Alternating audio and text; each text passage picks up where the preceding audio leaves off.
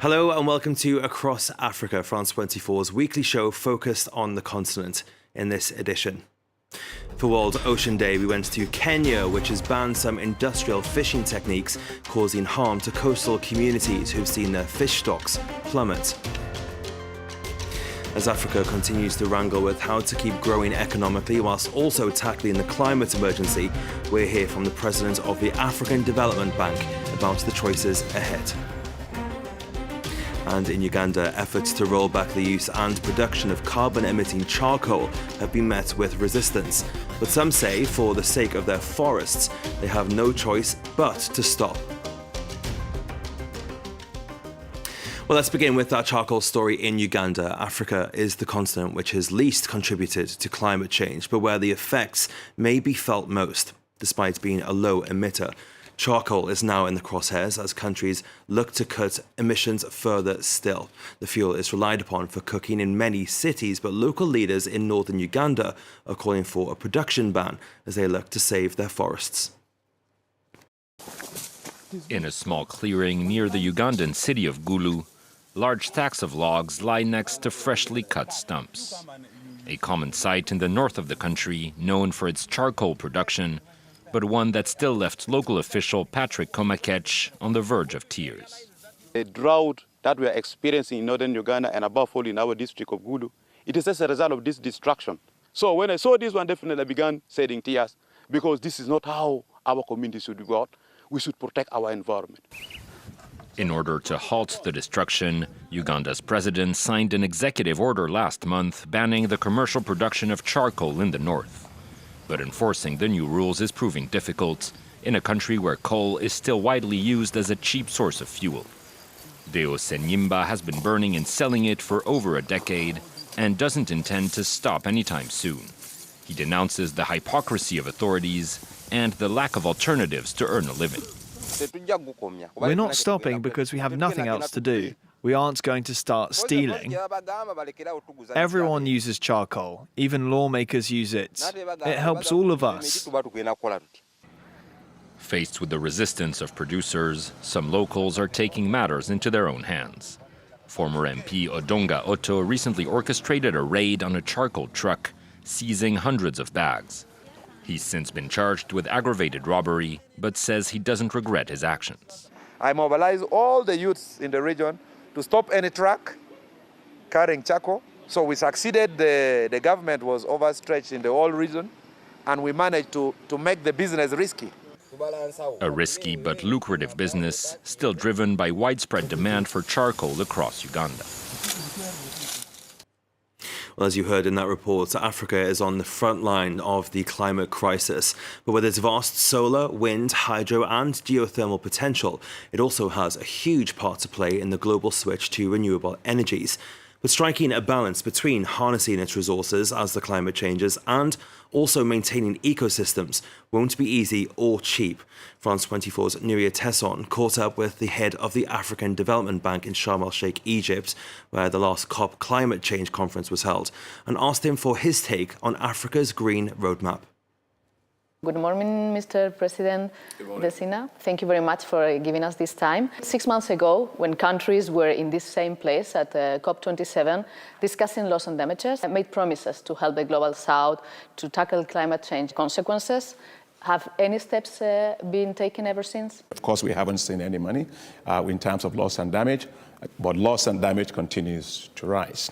And so there's still a little bit of a crisis of trust from the developing countries in terms of when will the promises come to pass. It's not the promises that you use to adapt to climate change. It's actual resources, money that you use for that. As we continue to materialize the $100 billion that the world promised and materialize the loss and damage facility, we are not stopping because we can't afford to. Somehow Africa seems to be alone in fighting against the effects of climate change. It's not actually causing or contributing to. What are the solutions that Africa has for the continent? The ability to have better irrigation, but also to have technologies that are water efficient, also technologies that can allow you to produce crops under a hot environment. So I'll give you a quick example. We supported the government of Ethiopia. We provided them with varieties of wheat that are tolerant to heat.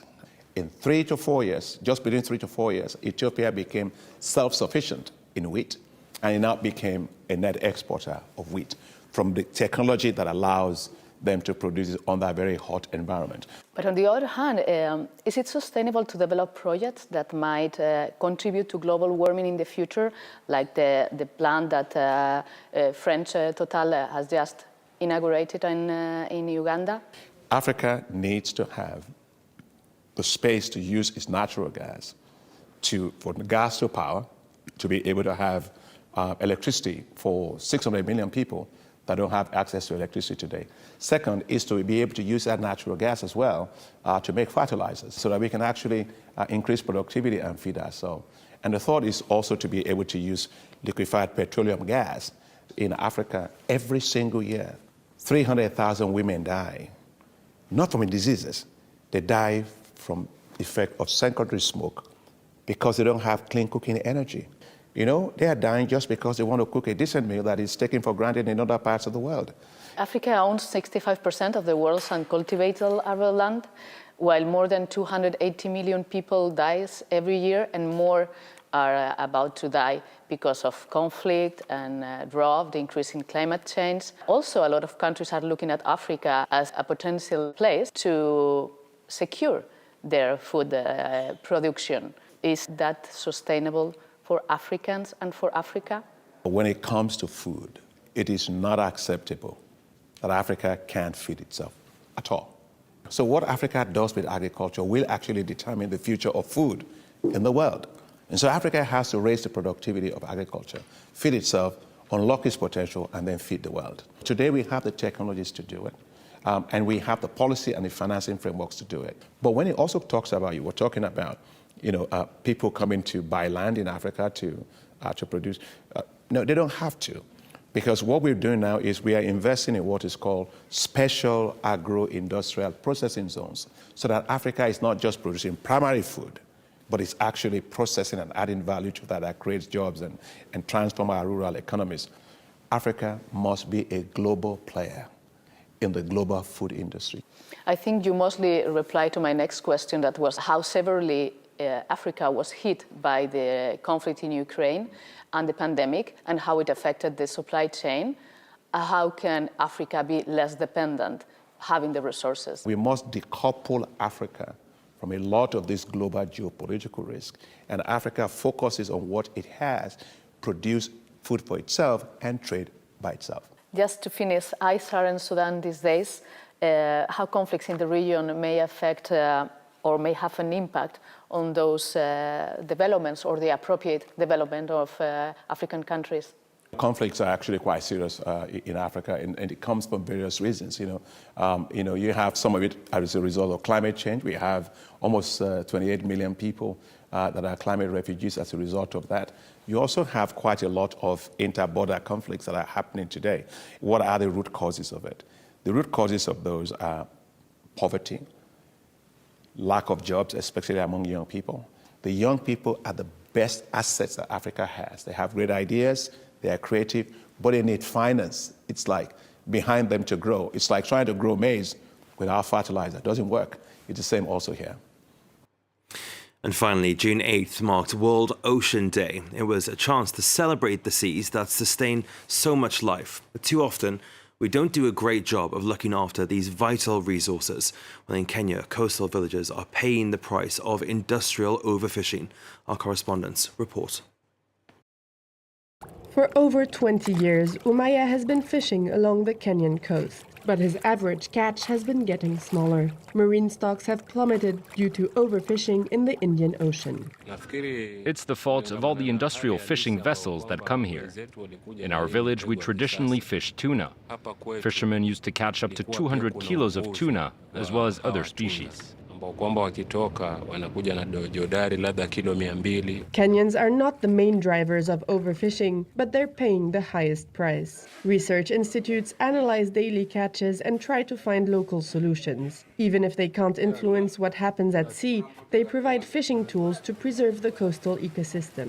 This one is a traditional basket trap, and it is fully made of reeds. And this has been a journey that we have had with the community here. So we have co-developed this with them. And we have seen a lot of improvements in the kind of catches that they are getting. And basically, there is a very big reduction in juvenile retention. Shifting to more sustainable fishing techniques is important, but so is restoring what's already been damaged. These women received training from the Research Institute to rehabilitate mangroves. This place is good for us and our families. The fish are born here and grow up in the mangrove. Our community earns more and more money because of that. Researcher Joan Kawaka says authorities have to do more to raise awareness on the importance of marine sustainability amongst coastal communities. So if you get the support of the government and you get the support within the community themselves in terms of enforcement, and compliance will come about if the community understands the importance of these ecosystems and also if they see the benefits of these ecosystems. Grassroots awareness of the cost of overfishing is important, but global action is essential. This includes industrial actors, particularly those from Europe. Well, that's it for this edition, but stay tuned to France 24. There's more news coming up next.